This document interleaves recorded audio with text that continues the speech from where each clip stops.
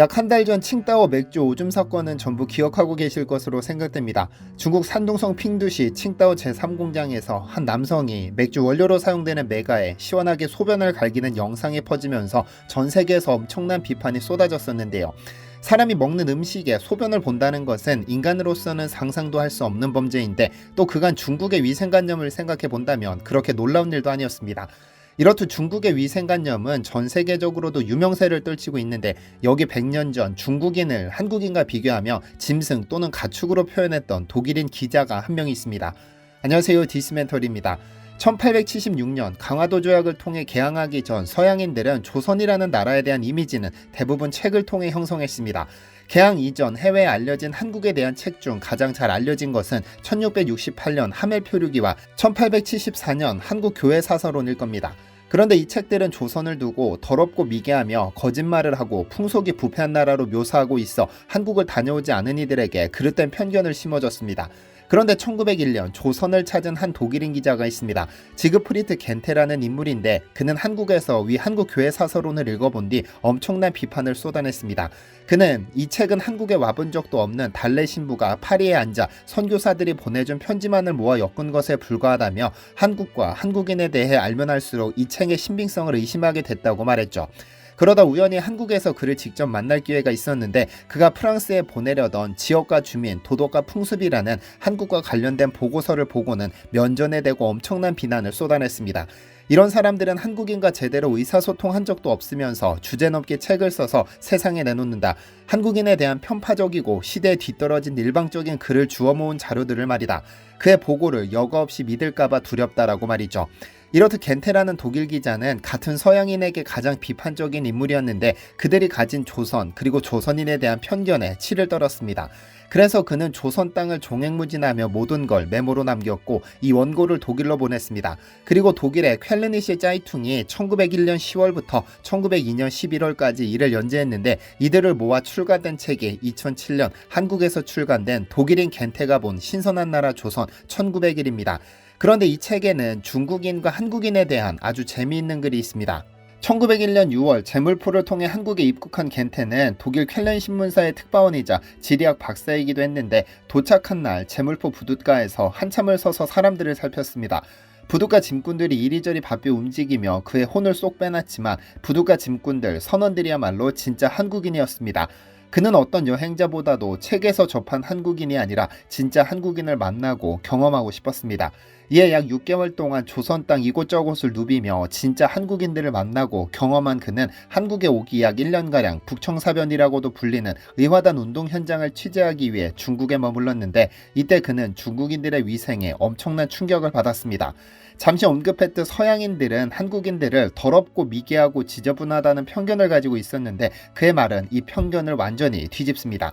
한국인은 지저분하고 불결하다는 주장에 그는 한국을 지구상에서 가장 불결한 나라 중 하나라고 평가했다면 이는 대단히 큰 오류를 범하는 것이다. 청결면에서 중국인은 짐승이나 다를 바 없는 수준이었다. 원래 어디서나 집처럼 거리낌 없이 행동하는 그들은 개나 고양이처럼 훈련받은 가축들조차 부끄러워할 일을 공공연히 해결하기 위해 북적거리는 길거리 한쪽을 헤매고 다녔다고 썼죠. 보통 문명과 야만을 구분하는 가장 중요한 기준 하나는 위생과 비위생에 대한 개념이 존재하는가 여부입니다.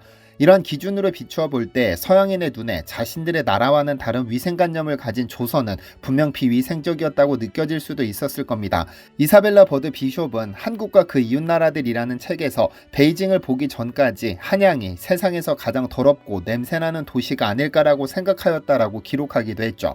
1893년 조선을 방문한 일본인 야스 쇼에이는 1894년 출간한 자신의 여행기 조선 서백리 기행에서 부산 거류지는 일종의 악취는 조선 특유의 썩은 냄새가 풍겼으며 그들의 집은 도저히 사람이 살 수 없을 정도로 누추하다고 쓰기도 했습니다.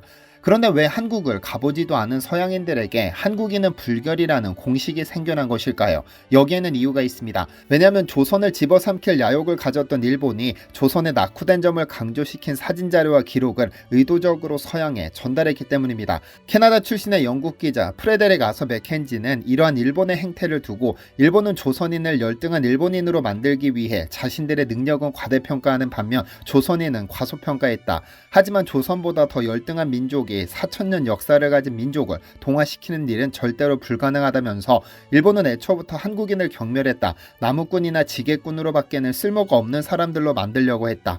한국인의 민족적 이상을 말살시켜 일본인으로 만들되 지배계급과는 다른 열등한 일본인으로 만들려고 했다며 일본의 이러한 행태를 비난했습니다. 어쨌든 일본의 이러한 행태로 한국인은 전 세계에서 손꼽히는 불결한 민족이라는 편견이 생겼지만 겐테는 이 편견을 완전히 뒤집어 놨습니다. 다시 한번 그의 말을 빌리자면 겐테는 중국인과 비교를 통해 조선인이 청결하다는 점을 강조했는데 중국인은 짐승이나 다를 바 없는 수준으로 원래 어디에서나 집처럼 거리낌 없이 행동하며 개나 고양이처럼 훈련을 받은 가축들조차 부끄러워할 일을 공공연히 해결하기 위해 북적거리는 길거리 한쪽을 헤매고 다닌다는 것이다.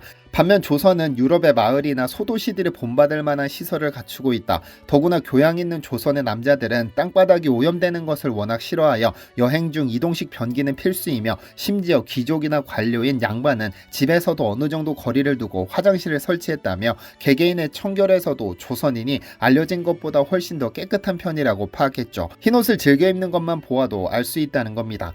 그러면서 겐테는 작업복을 입고 일하는 독일의 부두노동자나 농가의 머슴들을 보고 독일인의 청결성을 판단한다면 조선에 대해 세계 관광객들이 내린 성급하고 분별 없는 주장처럼 독일 역시 부끄럽고 부당한 결과가 나올 것은 당연하다.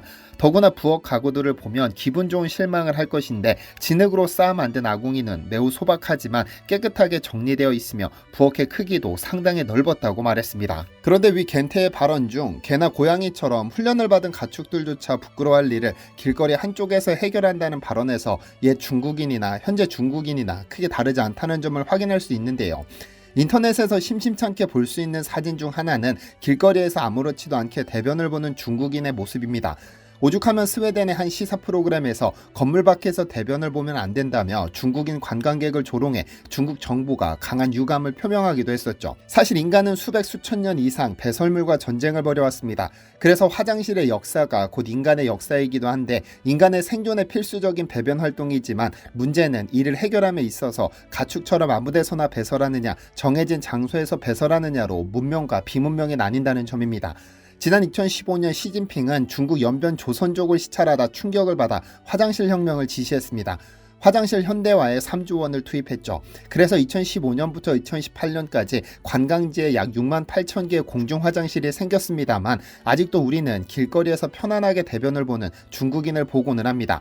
도대체 중국인들은 어쩌다 훈련받은 가축보다도 못한 즉 길거리에서 대변을 보기 시작한 걸까요?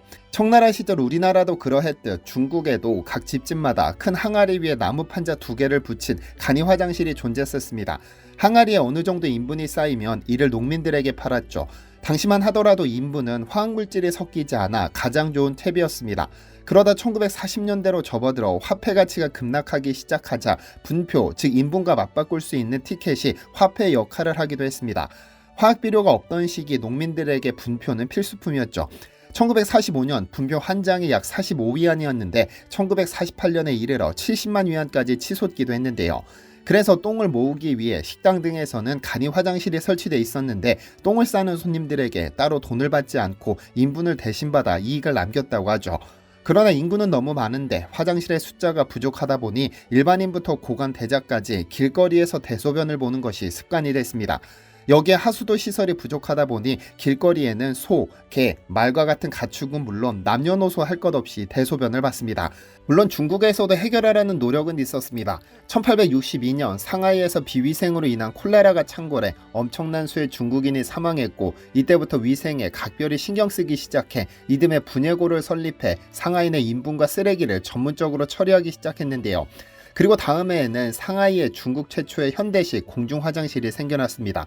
하지만 문제는 상하이 밖 화장실은 여전히 더러웠다는 점. 그도 그럴 것이 엄청난 인구의 중국인을 전부 감당하기에 공중 화장실을 세우는 것은 그 비용이 만만치 않았고 민간 공중 화장실이 10개 중 6개를 차지하게 됩니다. 고공행진하는 인분 가격 덕분에 민간 화장실이 돈이 됐고 당시는 부동산보다도 화장실 하나 소유하는 것이 더 큰 재테크 수단이었다고 하죠. 이에 리징룽 등의 군 장성, 재벌 등이 화장실 사업으로 큰 돈을 번 것으로 알려졌는데요. 이후로 중국에서 올림픽, 엑스포, 아시안게임 등등 여러 차례 세계적인 이벤트가 열리면서 공중 화장실 숫자와 환경이 개선되기는 했으나 다시 원점으로 돌아왔습니다. 아무래도 인구수가 너무 많다 보니 화장실은 늘 부족했고 줄 서서 기다렸다가 대소변을 해결하느니 간편하고 편리하게 길거리에서 보는 방법을 선택한 것이죠. 그렇게 길거리에서 대소변을 해결하는 DNA가 차곡차곡 축적되어 현재까지 이른 겁니다. 과연 이 문제는 지구가 종말할 때까지 해결될 수 있을지 개인적으로 큰 관심이 갑니다. 시청해주셔서 감사합니다.